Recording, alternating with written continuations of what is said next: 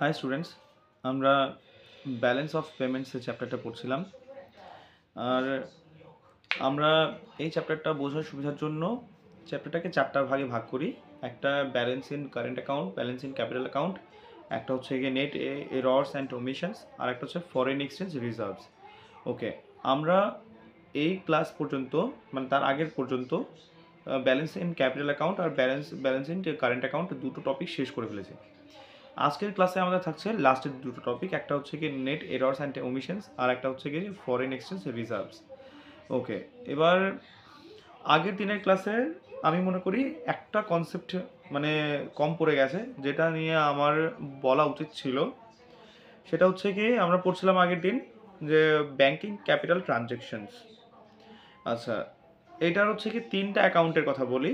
একটা হচ্ছে কি FCNR B account, NRE account, NRO account. আচ্ছা, এফসিএনআর বি অ্যাকাউন্ট সম্বন্ধে আমার কিছু বলার নেই। এখানে এনআর ইয়ার অ্যাকাউন্ট আর হচ্ছে এনআর ওআর অ্যাকাউন্ট সম্বন্ধে আমার কিছু বলার আছে এখানে। আচ্ছা, এনআর ইয়ার অ্যাকাউন্টে আমি বলছিলাম যে যদি কেউ বিদেশে যায়, চাকরি বা ব্যবসা যাই করুক না কেন, তারপর যে টাকাটা সে দেশে ফিরে পাঠাবে, তাতে সে যদি এনআর ইয়ার অ্যাকাউন্ট করে, তবে সে ছাড়া সবাই, ফ্যামিলির সবাই মানে যে কেউ টাকাটা তুলতে পারবে। হ্যাঁ, এটা তো ঠিকই, কিন্তু আরেকটা কথা বলার কি, এখানে মানে এক্সচেঞ্জ রেটটা ফ্লাকচুয়েট করে। তো এক্সচেঞ্জ রেটটা কি, দেখা গেল আমি পাঠালাম বিদেশ থেকে $10 পাঠালাম, $1 যদি 80 টাকা আছে, দেখা গেল কোনো কারণে যদি রুপির যদি দাম বেড়ে গেল, দেখা গেল সেটা পরের দিন সেটা $1 75 দিচ্ছে, তাহলে তুমি তো লস হয়ে যাবে ফ্যামিলির। তুমি পাঠাচ্ছ, ভাবলে যে 80 পাবে, কিন্তু শেষমেশ দেখা গেল ইন্ডিয়াতে পাওয়ার সময় তোমার ফ্যামিলি 75 পাচ্ছে। কারণ কি, ডলারের দাম কমে যাচ্ছে। তার মানে এটা হচ্ছে এক্সচেঞ্জ রেট। $1 পাঠালে 80 টাকা পাওয়ার কথা, মানে 80 পাওয়ার কথা, কিন্তু পাওয়ার সময় পাচ্ছে 75। তো এক্সচেঞ্জ রেট কখনো কমে কখনো বাড়ে। আপাতত সাধারণত এক্সচেঞ্জ রেট বাড়ার দিকেই দেখতে পাচ্ছি আমরা, যে ডলার দাম মানে কি যে বারবার বেড়েই যাচ্ছে। আচ্ছা, তার মানে আমরা বুঝলাম যে এনআরইআর অ্যাকাউন্টে এক্সচেঞ্জ রেটটা কমতেও পারে বাড়তেও পারে। তার মানে কমলো মানে কি, তোমার রিস্ক হতে পারে। এক্সচেঞ্জ রেটটা কমলো মানে তোমার রিস্ক, তোমার পয়সাটা কম হতে পারে। আবার এনআরওআর অ্যাকাউন্টের ক্ষেত্রে আমরা দেখতে পাই যে তুমি ছাড়া অন্য কেউ টাকাটা তুলতে পারবে না। তুমি বিদেশ থেকে ইন্ডিয়াতে আসলে, তারপর যে টাকা তুমি যে $10 পাঠাও বা $100 পাঠাও বা $1000 পাঠাও, তুমি ছাড়া সেই টাকাটা তুমি পাবে না। এবং এনআরইআর এবং এনআরওআর অ্যাকাউন্টের ক্ষেত্রে যে টাকাটা, যে রুপিটা তুমি ইন্ডিয়া মানে যে কারেন্সি তুমি বা যে মানি তুমি ইন্ডিয়া থেকে তুলবে, সেটা তুমি রুপিতে পাবে। আচ্ছা, এনআরওআর অ্যাকাউন্টের ক্ষেত্রে কি হয়, সেটা কোনো রিস্ক প্রোন হয় না। তুমি ওখান থেকে $10 পাঠিয়ে দিয়েছো, এবার সেটা তুমি 100 দিন পরে তুললেও সেই তখনকার যে সময় তুমি $10 ঢেলেছ, তো মানে পাঠিয়েছ, এক্সচেঞ্জ রেট ওই টাইমটাতে যে যা ছিল সেটাই থাকবে। তার মানে এখানে এক্সচেঞ্জ রেট ফ্লাকচুয়েট হলে তোমার লস হওয়ার কোনো সম্ভাবনা নেই। তার মানে একইভাবে তোমার লাভ হওয়ারও সম্ভাবনা নেই। যা তুমি এক্সচেঞ্জ রেট হিসেবে পাঠিয়েছিলে, তুমি 10 দিন পরও, 100 দিন পর তোলো, 1000 দিন পরে তোলো, তোমার সেই রেটেই তুমি পাবে। বড় জোর কোনো ব্যাংকে ইনফ্লেশন রেট, তোমার ওই সময়কার যা ইনফ্লেশন রেট হয়, তো সেই ইনফ্লেশন রেট যতটা পার্সেন্ট হিসেবে বাড়ে কমে, সেই হিসেবে তুমি টাকাটা পেতে পারো।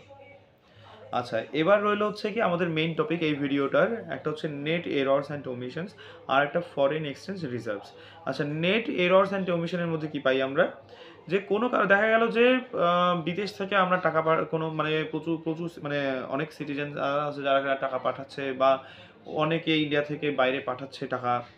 তো প্রত্যেকটা লোকের টাকার পরিমাণ কতটুকু এক্সচেঞ্জ মানে সে পাঠাচ্ছে, কতটুকু ইন্ডিয়াতে পাঠাচ্ছে বা বিদেশে পাঠাচ্ছে, সেটা প্রত্যেকটা লোকের ধরে ধরে হিসাব করা খুব কঠিন কাজ। তো এই ক্ষেত্রে খুব মুশকিল। যেমন কি ফর এক্সাম্পল, আমরা সবাই হোয়াটসঅ্যাপ চালাই, বিদেশে যদি আমরা হোয়াটসঅ্যাপে কথা বলেছি, তো এই এন্ড টু এন্ড এনক্রিপ্টেড হয়ে থাকে, এনক্রিপ্টেড থাকে। তো সেখানে কথা বলার সময় কতটা এমবি কথা বললাম না বললাম, সেগুলো হিসাব রাখা খুব মুশকিল। সেই হিসেবে কত টাকা কাটলো, পার এমবিতে কত পয়সা হয় না হয়। সেই ইনফরমেশনটা জরুরি নেই হোয়াটসঅ্যাপ শেয়ার করবে, বা হচ্ছে কি যে প্রাইভেট ব্যাংকের থ্রুতে তুমি পয়সা পাঠালে সে জরুরি নেই সেই অ্যাকাউন্ট সেই টোটাল ট্রানজ্যাকশনটা সে আরবিআইকে পুরোপুরিভাবে 100% অ্যাকুরেসিতে সে পাঠালো। তো সেই ক্ষেত্রে আমরা এখানে একটা টোটাল ব্যালেন্স অফ পেমেন্ট কত হলো, মানে balance in current account, balance in capital account, দুটো মিলিয়ে কত হলো, এক্স্যাক্টলি কত হলো, সেখানে একটা ভুল ত্রুটি রয়েই যায়। স্মাগলিং হতে পারে, পয়সা মানে কি কি বলে চুরি হয়ে যেতে পারে কোনো কারণে, যাই হোক। হ্যাঁ, তো এই ক্ষেত্রে আমরা কিছু একটা ভুল ভ্রান্তি পেয়েই যাই। আমাদের ক্যালকুলেশনে অনেক সময় এরর থাকে, বড় বড় ক্যালকুলেশনের সময় আমরা এরর করে ফেলি, ভুল করে ফেলি। এরা সাধারণত বেশিরভাগ টেকনোলজি বা ইকোনমিস্টরাই বুঝতে পারবেন যে তারা যে মেথডে ক্যালকুলেটটা করছেন সেই প্রত্যেকটা মানে কি মেথডে প্র্যাকটিক্যালি মানে আমরা কিছু না কিছু সেখানে ভুল করে বসি, সেটা অনিচ্ছাকৃতভাবেও করি। ডিটারমিনেন্ট এরর অনেক রকমের হয়, ডিটারমিনেন্ট এরর হয়, ইনডিটারমিনেন্ট এরর হয়। ডিটারমিনেন্ট এরর যেটা আমরা যে ভুলটা বার করতে পারি অ্যাকুরেট বা অনেকটা অ্যাকুরেসি দিয়ে, আর ইনডিটারমিনেন্ট এরর কি, সেটা আমরা বার করা সম্ভব নয় কোনো কারণ, মানে কি এমন পরিস্থিতি চলে আসছে তুমি যে ফর্মুলাই ইউজ করো না কেন সেখান থেকে মানে হিউম্যান এরর হোক, মেশিন এরর হোক, ফর্মুলার মানে কি যে এরর হোক না কেন, কিছু না কিছু এরর থেকেই যায়। আচ্ছা, এই টপিকে সেরকম কিছু আমাদের জানার নেই। এবার আমরা পড়বো হচ্ছে কি যে ফরেন এক্সচেঞ্জ রিজার্ভটা কি। তো দেখা গেল আমাদের ইম্পোর্ট হলো 10 টাকা, এক্সপোর্ট হলাম 12 টাকা, তো 2 টাকা আমাদের মানে কি যে লাভ হয়ে গেল। এটা হচ্ছে ফরেন এক্সচেঞ্জ রিজার্ভ, রিজার্ভে আছে 2 টাকা। বিদেশের সঙ্গে এক্সচেঞ্জ করার সময় যে লাভ ক্ষতি হলো সেটাই হচ্ছে ফরেন এক্সচেঞ্জ রিজার্ভ। পজিটিভ হতে পারে, নেগেটিভ হতে পারে।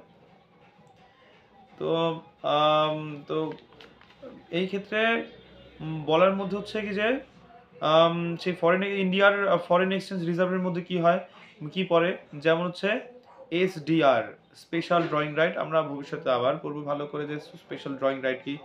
মনিটারি গোল্ড, মানে কি যে গোল্ড রিজার্ভ করে রাখলো, যে টাকা লাভ হলো সেটা মানে কি যে গোল্ডের আকারে মানে কি রিজার্ভ করে রাখলো।